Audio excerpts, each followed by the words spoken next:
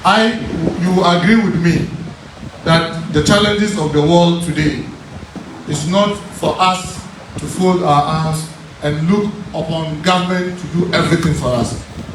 We have to wake up to be able to start doing something for ourselves so that government can complement what we'll be doing for our communities. Because as we know, the challenges of government are enormous, and we will have to try and do the best that we can.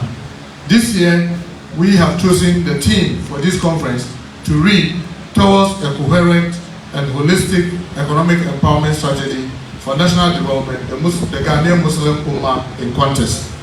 It is our hope that while we deliberate on economic empowerment, the conference will look at the action plan to be developed for the implementation of the Ghana Muslim Education Strategy, which was developed by a team of experts approved by the conference last year during the first annual conference. I wish to state emphatically at this stage that all the laudable educational and economic empowerment strategy being put up by the conference would not be materialized if Ghanaian Muslims fail to raise the necessary resources to finance them. We need to generate resources locally, internationally, to be able to implement our program. We intend putting up model schools, health facilities to meet the needs of the Ghanaian Muslims. We need to put up technical and vocational training centers to lift our people out of the poverty through skills development and competitive entrepreneurship capacity. I want to take this opportunity to wish to this end that by expressing our deepest gratitude to His Excellency the Vice President of the Republic of Ghana, as we can all remember last year, he dedicated time to join us, dedicated resources to support us. I equally want to thank the Speaker of Parliament for allowing the Muslim caucus to use part of our budget in Parliament to support this program. We are grateful to both His Excellency and the Speaker of Parliament. Our ultimate gratitude goes to our Imams. As Muslim MPs, with all the wonderful initiatives, if our Imams have not supported this initiative, there was no way it would have been better. And I will not miss words by thanking our National Chief Imam, our grandfather, our father, our inspiration, for the support he gave us and encouraged other Imams to support us. We pray that Allah will continue to bless him, Allah will continue to let him live longer to witness the fruit of this great initiative. I equally want to thank Sheikh Alhaji Umar Ibrahim, the National Chief Imam of Ahlul Sunnah, for the massive support. I want to thank Maulvi Muhammad bin Saleh, the Amir of Ahmadiyya Muslim Mission, for the support. Equally thank Sheikh Kamaluddin Abu Bakr for the support, and thank Sheikh Abdul Wadud, who constantly would travel from Kumasi even to attend meetings just to ensure that this organization survive. We thank them sincerely. Last but not the least, to thank Sheikh Amin Bonsu for meeting himself, dedicating resources to support this initiative. It is our prayer that Allah will continue to bless all of us. I will not sit without making this comment. For the past 1 year, it's been very difficult. Many organizations want to be represented. My brothers and sisters, I want to plead with you. With the good initiative that we have, if all of us want to be around the table, it is impossible. Let's just have faith in those that are around the table, that they will protect our interests, they will speak for us, they will represent all of us, so that we do not get this constant call that we are this organization, we want to also be part of it. With this organization, we've not been called. For the invitation to the conference, like we've invited so many across the country, we will always do. But when it comes to the nitty-gritty of taking decisions, we all do not need to be around the table to be able to take effective decisions. So we want to plead with you that bear with us and let's allow this to grow. And it is our belief that we'll grow into the regions and go even into the districts where many more people will get the opportunity to play a greater role. Last but not the least, I want to beg us, starting with myself, that we should fear Allah in this thing that we are doing. All of us, every one of us that gets opportunity at every level to play one role or the other, let's fear Allah. Let me not take political advantage of what we are doing. Let you not take political advantage of what you are doing. Let us not take advantage because you are a chief, you want to take advantage of it. Because you are an imam, you want to take advantage of it. Because you are an accountant, you want to take advantage of it. Because you are a lawyer, let's fear Allah to do this for the Ummah, so that we will be remembered that we dedicated our time sincerely for the sake of Allah, not because of our political leaning, not because of our chieftaincy, not because of our imamate, not because we are lawyers, not because we are accountants. It is the only way this initiative will survive. If we all come to the table with our hidden agenda, hidden plans, we will crash this program. And wallahi lazim, if any of us do that and crashes this thing, Allah will never forgive any of us who do that. And I just want to entreat all of us to be mindful of this. And because I said we should try and speak other languages, I'll just speak this last part only in the languages that I can speak. I've been in the fight in some with Allah. Wanga yunkura da muka yi, mu ji tsoron Allah. Ina gama kaina da Allah. Ina gama mu duka da muke cikin wanga mu ji tsoron Allah. Kaka duba ni MP don Allah ya sa an bani wanga dama. Ina so in use wanga wo saboda samu wani abu in pursue political agenda ba. Allah bai gafarta mai. Kaka duba don kai wani sarki ne an jawo ka kai ma zo ka taimaka. Kana son ka duki wannan wo ka amfana da kabilancinka. In kai haka wallahi Allah bai gafarta. Kaka duba kai limami ne don yau an jawo ka zo ka taimaka yadda za a yi abin da ya saya. Kai kana so ka kokata a ce wayanda kake shugabancin ku ne kuka fi, ko kana so ka tashi ka bi da shi ta wani wuri, ko da kai lawyer ne, ko kai accountant ne, ko kai duk wani fanni da muke da shi da ya sa muka tattara nan, mu yi kokari saboda Allah mu kiyaye hukuncin wanga, domin wanga ma yadda aka yi wahala aka kai nan, an ba mu kiyaye ba kowa zai zo da shi don amfanin shi ko don wani abin da buri da shi yake kaya. In wanga abu ya ruse, wala Allah bai taba ya fi mana. Da ni kan ne sai me sa adia ya tun wa ga mu ya boye mu ba da ne mbo mu ba. Ma obia ba ho sai wo ba be pedi bi afiri.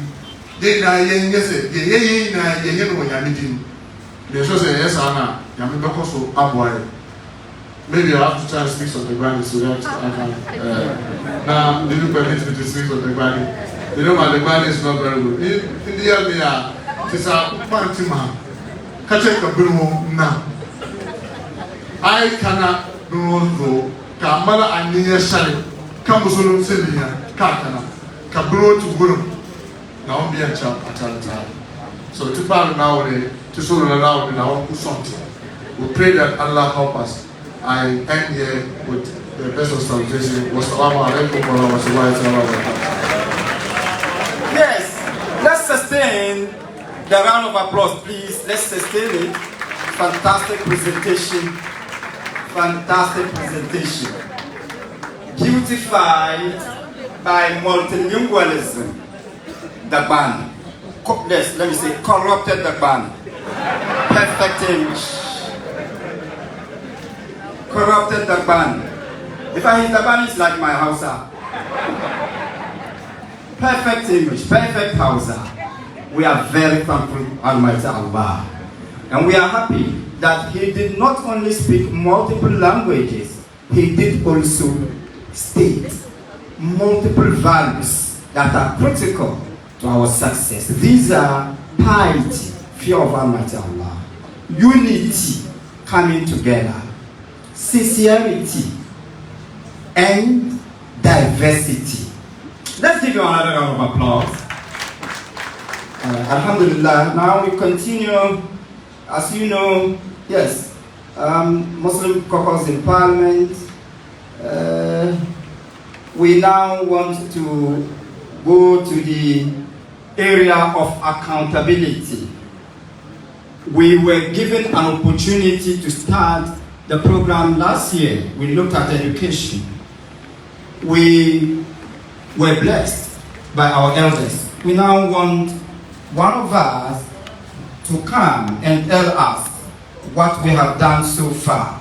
And now have the singular honor to invite the Acting General Secretary of NMC for the presentation of NMC annual report. Help me to invite Alhaji Baba Inusa, popularly known as Baba Parliament. Let's give him a round of applause.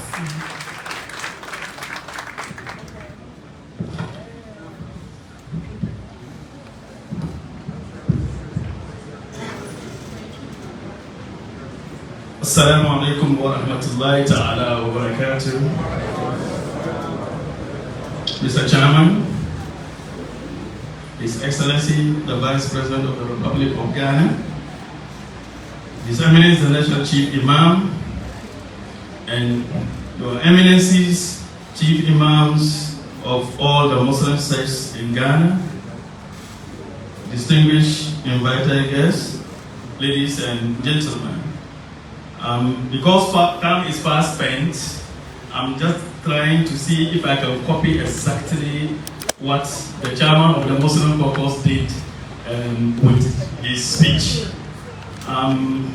He already told us exactly the reason why this institution came into being.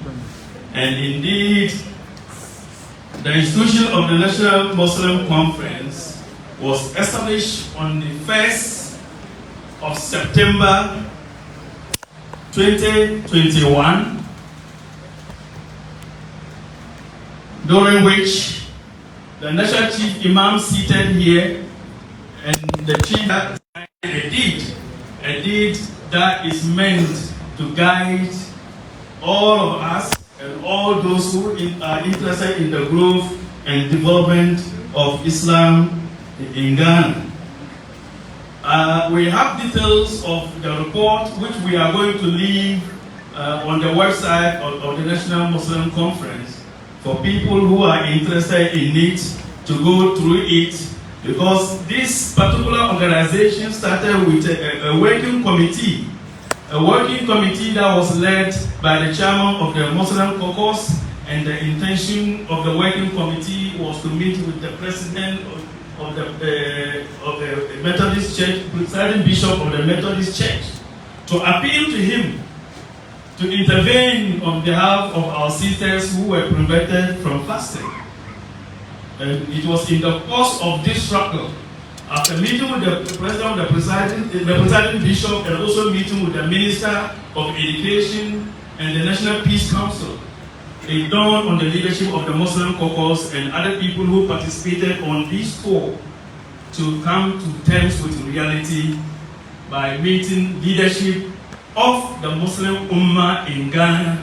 And the first person the caucus visited was our eminent Maulvi Mohammed bin Salih, followed by Hajj Ibrahim, followed by the National Chief Imam, and contacted the National Imam of Shia, the National Imam of Tijaniya, the chairman of the Ghana Muslim Mission. And the truth was brought before us for us to realize that the time has come for us to stop complaining about other people not treating us well in their facilities and begin to think of how we can create our own facilities, given the limited resources that Almighty Allah has given to us, and with determination we'll be able to achieve it. So the management board, the working committee, which was provided for members of the Muslim caucus by this leadership sitting here, to look into how this organization can come into being, indeed went through a draft deed that the Muslim caucus put forward to ensure that there will be a level playing field where all the sects will be respected, and the subject matter of discussion during the meetings of the National Muslim caucus will not be a subject of any ideology, but 4 thematic areas. And that will be our education, our health, our finance and economic empowerment, and also the legal and fundamental rights of Muslims in Ghana being protected. And to achieve this, the caucus and the working committee ensure that relevant Muslim associations dealing with legal issues, finance and economy, as well as education and research bodies belonging to Muslims were contacted and brought together to put together this institution. And the institution was given 3 main organs to work with. The first organ being the governing body of the National Muslim Conference, made up of our eminences, and indeed I want to put on record here, this institution is owned by our eminence. If you go to the Registrar General of the Republic of Ghana, the people who have signed as directors of National Muslim Conference are our eminences sitting here, in addition to the chairman of the Muslim caucus, and they are the same people who signed the deed. So they own National Muslim Conference. They are the directors and not members of parliament and not officers of parliament. And indeed, we have a track record of helping Ghanaian Muslims to establish institutions that will work for them. We know when we put together the Zakat and Sadaqah Trust Fund of Ghana, there were many people who thought politicians were interested in mobilizing money to go and do political campaign. Today, there's not even a single member of parliament who is a member of the board of trustees of Zakat and Sadaqah Trust Fund of Ghana. The fund now belongs to Ghanaian Muslims, and indeed, even at the inception of that particular fund, it was these same eminence who were made to own it.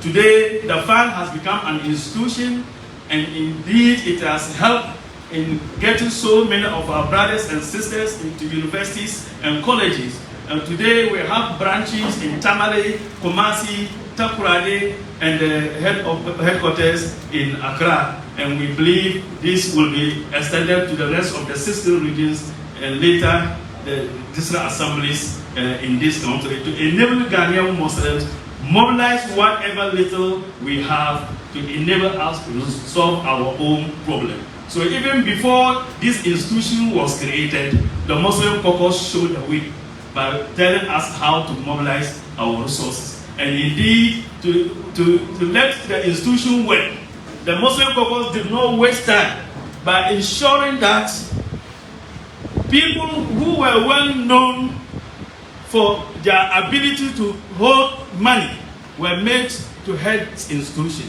And that's why our chairman of today, a renowned banker, is the chairman of the Zakat and Sadaqah Trust Fund of Ghana, and also a banker, Ajia Azara, is the chief executive of Zakat and Sadaqah Trust of Ghana. None of them is from parliament. Indeed, having put together the management board, which is one of the organs of the National Muslim Conference, its responsibility is to ensure that it looks into policies and programs that will be of benefit to Ghanaian Muslims by way of putting policies that we will develop on our own, and also begin to show interest in policies and programs that are developed by the state. For a very long time, we all know the history of Islam in Ghana, how we came into being. For many years, our leaders and our imams have worked under chiefs. But when the nation state Ghana was created, we didn't give ourselves the opportunity to also create an institutional mechanism that will match up to the states in terms of decision making, legislation, policy formulation, and policy implementation. And because members of parliament understand why that it is very, very important for us to have a body that will match us. What happened at the school there was an outcome of policy. But when the policy was being formulated, where were Muslims?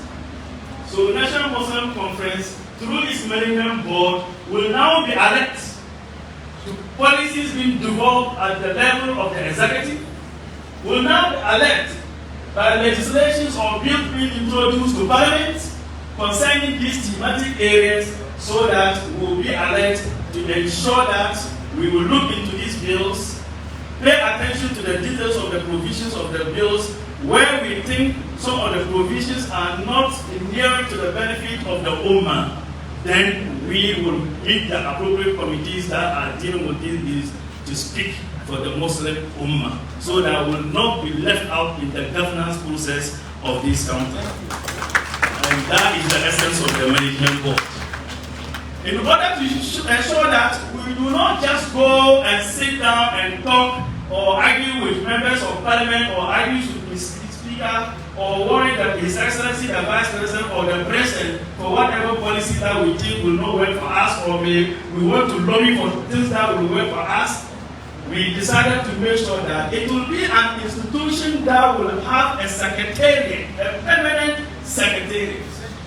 A permanent secretariat with fully employed workers who will handle the various directorates of the National Muslim Conference and will see to the implementation on daily basis whatever policy we have been able to develop on our own or whatever agenda we set forward to ensure that we lobby. And very soon we know political parties are preparing their manifestos.